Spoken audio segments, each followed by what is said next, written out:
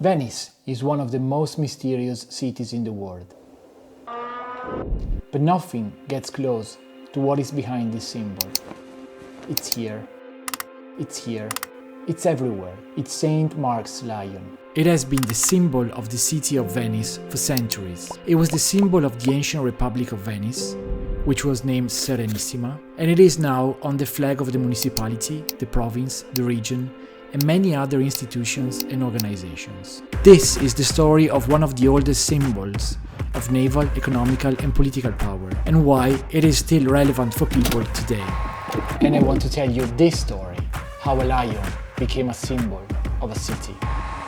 During the dark days of the Middle Ages, when people were mostly hiding inside castles, Venice was a naval power, projecting its influence all across the Mediterranean Sea and the Middle East. The symbol of this influence was St. Mark's lion.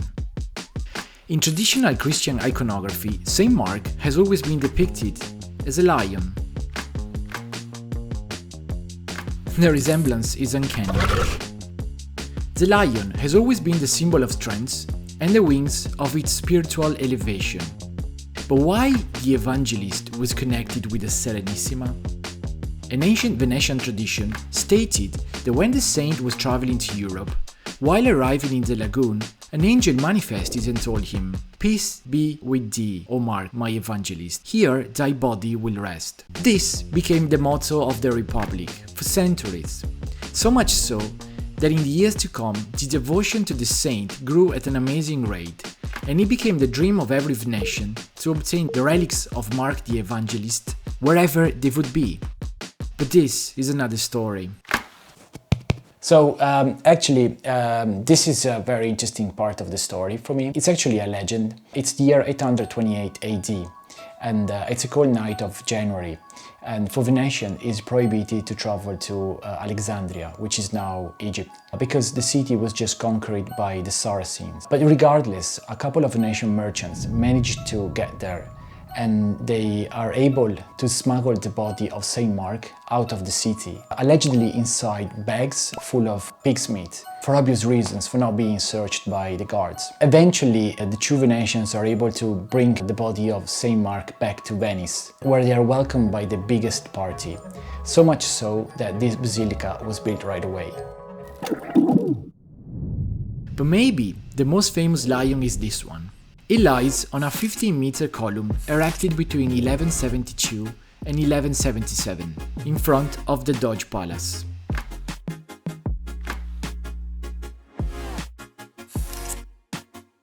It's visibly different from all the other lions, and that is because it was brought here from somewhere else. Modern studies clocked its origin at about 300 BC, and it looks like it represents the god Sandon, a Mesopotamian Persian lion-headed griffin made in the 4th or 3rd centuries BC. The Romans and the Greeks traditionally codified this god as Hercules. The original bronze figure, taken as a whole, was likely fairly different from the lion of today, and predating Christianity would not have originally had anything to do with St. Mark. But Venice was a merchant republic, and its people were literally traveling and doing commerce all around the Mediterranean. So it's not crazy that this ancient statue ended up here. In 1797, after conquering Venice and ending 1100 years of republic, Napoleon decided to take this lion and put it here, in Paris. This was really bad. Imagine how people in Venice went crazy over that. People in Venice really liked their lion. It was, and still is, the embodiment, a symbol of the city and its people for centuries. Thankfully, after Napoleon's downfall, the lion was returned to Venice, albeit badly damaged. Somehow, a rope broke, the statue fell, and it went in pieces. Whether by accident or deliberate sabotage by one of the French workers is still unclear. Oh, by the way, Napoleon used to keep this one in his bedroom, and to the best of my knowledge, it is still in France today. But this is another story. Today, this version of the winged lion is used in everything art related, from the Biennale exhibition to the Venice Film Festival. But let's go back to the most famous banner featuring the lion.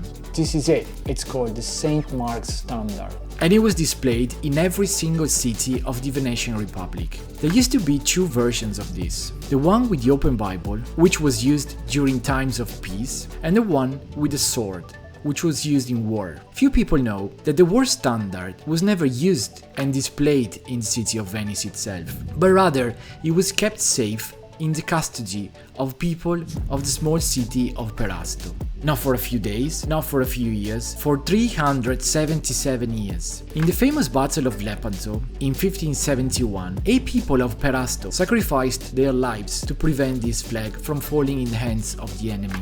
And they were the last ones to surrender it at the end of the Venice Republic.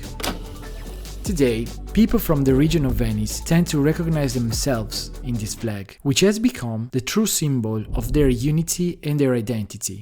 If you travel to this area, pay attention to this. People tend to display it outside their houses or as a sticker in their cars, but there is too much history behind this symbol to stop at the last 30 years. Saint Augustine wrote that symbols are powerful because they are visible signs of invisible realities. And the invisible reality here is the connection through the centuries of the people living in this area and their culture. What do I think?